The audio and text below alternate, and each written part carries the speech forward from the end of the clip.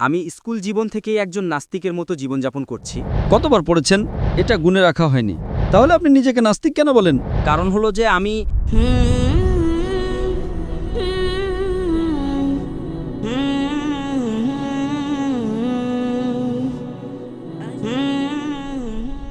আমার নাম ইনশাল ইউসুফ। আমি স্কুল জীবন থেকেই একজন নাস্তিকের মতো জীবনযাপন করছি, কিন্তু আমি অনেকবার খুব চেষ্টা করেছি যেন আমি একজন মুসলমান হতে পারি।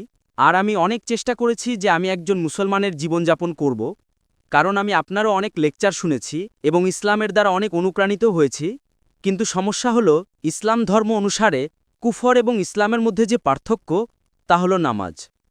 কিন্তু আমি অনেক চেষ্টা করেছি যে আমি নামাজ পড়তে পারি কিনা, আর আমি আমার অনেক বন্ধুদের জিজ্ঞেস করেছি তোমরা কি নামাজ পড়ো? তো আমি এটাই জানতে পারলাম যে তারা কখনো পড়ে কখনো পড়ে না। তো একজন মুসলিম হিসেবে নামাজ না পড়ে কি নিজেকে মুসলিম বলা যেতে পারে কিনা? ধন্যবাদ। ভাইয়ের প্রশ্ন হলো, তিনি নিজেকে নাস্তিক বলছেন এবং বলছেন যে তিনি ইসলামের দিকে আসার চেষ্টা করছেন কিন্তু নামাজ পড়েন না, আর তিনি দেখেছেন তার বন্ধুরা কখনো নামাজ পড়ে কখনো পড়ে না। তো তার মূল প্রশ্ন হলো, যদি কোনো ব্যক্তি নামাজ না পড়ে, সে মুসলিম কিন্তু কখনো নামাজ পড়ে কখনো পড়ে না, সে কি নিজেকে মুসলমান বলতে পারে কিনা? নাম্বার 1, মুসলিম বলার জন্য দুটি শর্ত আছে। নাম্বার 1, সে মানবে যে আল্লাহ সুবহানাহু ওয়া তাআলা এক এবং তার ছাড়া আর কোনো উপাস্য নেই। নাম্বার 2, সেটা মানবে যে মুহাম্মদ সাল্লাল্লাহু আলাইহি সাল্লাম আল্লাহর সর্বশেষ রাসূল। এই দুটি জিনিস যদি কোনো ব্যক্তি মানে, তাহলে সে মুসলিম হতে পারে। এরপর আসে একজন প্র্যাকটিসিং মুসলিম এবং নন প্র্যাকটিসিং মুসলিমের বিষয়। একজন খুব নিষ্ঠাবান অনুশীলনকারী মুসলিমও হতে পারে। তো শুধু মুসলিম বলার জন্য এই দুটি শর্তই যথেষ্ট। যদি সে শাহাদা দেয় এবং বলে আশহাদু আল্লা ইলাহা ইল্লাল্লাহ, অর্থাৎ আমি সাক্ষ্য দিচ্ছি যে আল্লাহ ছাড়া কোনো উপাস্য নেই, ওয়া আশহাদু আন্না মুহাম্মাদান আবদুহু ওয়া রাসূলু, এবং মুহাম্মদ সাল্লাল্লাহু আলাইহি সাল্লাম তার বান্দা ও রাসূল, এবং আল্লাহ এক, আল্লাহ ছাড়া কোনো উপাস্য নেই, এবং মুহাম্মদ সাল্লাল্লাহু আলাইহি সাল্লাম সর্বশেষ পয়গম্বর। তো এই কথা বলার মাধ্যমে সে ন্যূনতম মানদণ্ড পূরণ করে ফেলে। এরপর তো স্তর অনেক আছে, শত শত হাজার হাজার স্তর আছে, কিন্তু ন্যূনতম প্রয়োজন এটাই। আপনি জিজ্ঞেস করতে পারেন, মদ পান করলে মুসলিম কি মদ পান করতে পারে? পান করা উচিত নয়। যদি পান করে এবং বলে যে আমি ভুল করছি, তবুও সে মুসলিম, কিন্তু সে অনুশীলনকারী মুসলিম নয়। আপনি বুঝতে পারছেন?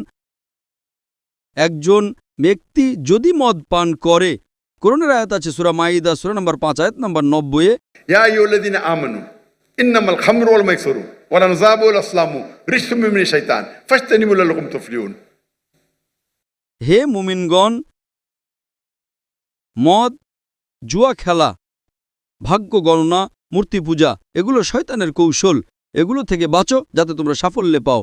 তো কোরআন এবং সহিহ হাদিসের আলোকে এটা একদমই স্পষ্ট যে মুসলমানের জন্য মদ পান করা হারাম। কিন্তু যদি কোনো মুসলিম পান করে এবং বলে যে আমি ভুল করছি, তাহলে তাকে কাফের বলা হবে না। তাকে বলা হবে এমন একজন মুসলমান যে আল্লাহর বিধান পালন করছে না। যদি সে বলে যে মদ পান করা ইসলামে জায়েজ, তাহলে সে আল্লাহর সেই বিধানকে অস্বীকার করছে। যেভাবে আগের ভাই প্রশ্ন করেছিলেন যে কাফের কাকে বলে, যদি কোনো মুসলমান ভুল কাজ করে, হারাম কাজ করে, আর বলে যে আমার দ্বারা ভুল হচ্ছে কিন্তু আমি এটা ছাড়তে পারছি না, তাহলে তাকে কাফের বলা যাবে না। ঠিক একইভাবে কোনো মানুষ যদি নামাজ না পড়ে এবং বলে যে পড়া উচিত কিন্তু আমি অলস, তাহলে একজন ব্যক্তি এমনও হতে পারে যে একবার দুবার নামাজ পড়ল, তাহলে কোনো অবস্থাতেই তাকে কেউ কাফের বলতে পারে না। আল্লাহ রসুলের হাদিস আছে সহিহ মুসলিমে, যেখানে বলা হয়েছে যে কুফর এবং ইমানের মাঝে পার্থক্য হলো সালাত। তো এ থেকে উলামাগণ ব্যাখ্যা করেন, আলেমদের দুটি দল আছে। এক দল বলে যদি সে একটা নামাজও না পড়ে তাহলে সে স্বয়ংক্রিয়ভাবে কাফের হয়ে যাবে, এই হাদিসের ভিত্তিতে যে ইমান ও কুফরের মাঝে পার্থক্য হলো সালাত। দ্বিতীয় দলের মধ্যে যদি সে সালাত আদায় না করে কিন্তু বলে যে পড়া উচিত, আমি ভুল করছি, তাহলে তাকে কাফের না বলে বলা হবে যে সে একজন অনুশীলনকারী মুসলিম নন। আপনি বুঝতে পারছেন? কিন্তু ন্যূনতম মানদণ্ড কোনো মানুষকে মুসলিম বলার জন্য হলো সে মানবে যে আল্লাহ এক, আল্লাহ ছাড়া কোনো উপাস্য নেই, এবং মুহাম্মদ সাল্লাল্লাহু আলাইহি সাল্লাম আল্লাহর সর্বশেষ নবী। আমি আপনাকে জিজ্ঞেস করতে চাই, আপনি কি মানেন যে আল্লাহ এক? জি, একদম। আপনি কি মানেন আল্লাহ ছাড়া কোনো উপাস্য নেই? নেই। আপনি কি মানেন আল্লাহর কোনো মূর্তি নেই? নেই।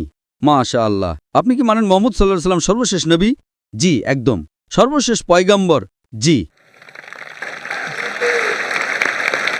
তাহলে আমার মতে আপনি মুসলিম। মুসলিম তো আপনি অনুশীলনকারী মুসলিম আস্তে আস্তে হবেন। তো যদি আপনি মানেন যে আল্লাহ এক, আল্লাহ রাসূল মুহাম্মদ সাল্লাল্লাহু আলাইহি সাল্লাম সর্বশেষ রাসূল, তাহলে আপনি ন্যূনতম মানদণ্ডে আছেন। মিনিমাম যথেষ্ট নয়, আমাদের চেষ্টা করা উচিত যত বেশি করা যায়, কিন্তু এটা মিনিমাম। আপনি বললেন যে আপনি নামাজ পড়েন না। আপনি কি জীবনে কখনো নামাজ পড়েছেন নাকি পড়েননি? জি। কতবার পড়েছেন? এটা গুণে রাখা হয়নি। মাশাআল্লাহ, এতবার পড়েছেন যে মনেই নেই। তার মানে শতবার পড়েছেন, তাই না? গুণে রাখেননি, ঠিক কিনা? আলহামদুলিল্লাহ। শেষবার কবে নামাজ পড়েছেন? আমার মনে হয় কয়েক মাস আগে। কয়েক মাস, মাশাআল্লাহ, খারাপ না। তাহলে আপনি নিজেকে নাস্তিক কেন বলেন? কারণ হলো যে আমি আপনার সামনে যে প্রশ্নটা রেখেছিলাম যে কিছু মুসলিম আছে যারা মাঝে মধ্যে নামাজ পড়ে, মাঝে মধ্যে পড়ে না। আর আমার প্রশ্নটাই ছিল যে কুফর এবং ইসলামের মাঝে পার্থক্য হলো নামাজ, যেটা এখন আমার কাছে পরিষ্কার হয়ে গেছে। তো এই কারণেই কোনো আলেমই এটা বলবেন না যে আপনি 2 মাস আগে নামাজ পড়েছেন। কখনো পড়েন? পৃথিবীর কোনো আলেমই আপনাকে বলবেন না যে আপনি কাফের। যদি একেবারে না পড়েন এবং বলেন যে পড়া জরুরি নয়, তাহলে বলা হবে। আপনি বুঝতে পারছেন তো?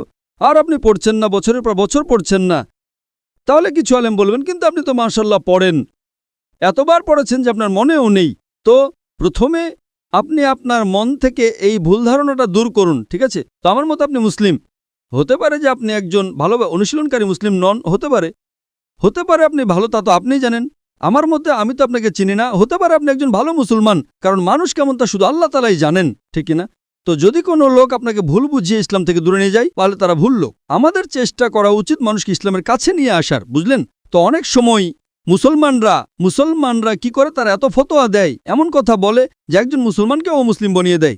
আল্লাহ রাসূলের একটা হাদিস আছে, যদি আপনি কোনো মুসলিমকে কাফের বলেন আর সেটা যদি সে না হয়, তাহলে সেটা আপনার উপরে ফিরে আসে। যদি কোনো মুসলিমকে আপনি কাফের বলেন এবং সে কাফের না হয়, তাহলে স্বয়ংক্রিয়ভাবে সেটা আপনার উপরে চলে আসে। আপনি দেখবেন যে কোনো মুসলিম একে অপরকে কাফের বলছে, এটা আমাদের সমাজে এখন সাধারণ। এটা বলা, যদি অন্য কোনো মুসলিম ঠিকভাবে ধর্ম পালন না করে বা সামান্য ভুল করে, তো নারায়ে তাকবীর, কাফের। এদিকেও নারায়ে তাকবীর, কাফের। তো এটা আমাদের ভুল। আমাদের হিকমত দিয়ে আমি এই বৈঠকের শুরুতে কোরআনের একটি আয়াত পড়েছিলাম, সূরা নাহলের সূরা নম্বর 125। উদু ইলা সাবিলি রাব্বিকা বিল হিকমা ওয়াল মাউযিজাতিল হাসানা ওয়াজাদুম বিল্লাতি আহসান। আপনি আপনার রবের পথে হিকমত এবং উত্তম উপদেশের মাধ্যমে আহ্বান করেন এবং তাদের সাথে সর্বোত্তম পন্থায় বিতর্ক করুন। মানুষকে ডাকুন, আল্লাহর পথে মানুষকে ডাকুন হিকমত দিয়ে এবং উত্তম কথার সাথে, এবং তাদের সাথে কথা বলুন, তাদের সাথে বিতর্ক করুন উত্তম পন্থায়। আপনি বুঝতে পারছেন তো? আমি চাইব যে আপনি আমার একটা লেকচার শুনেন, সালাদ দ্য প্রোগ্রামিং টুয়ার্ডস রাইচাসনেস, উর্দুতেও আছে। সালাদ সঠিক পথ দেখায়। ইনশাল ভাই তিনি এখন শাহাদা পাঠ করতে চান। মাশাআল্লাহ, তাকবীর।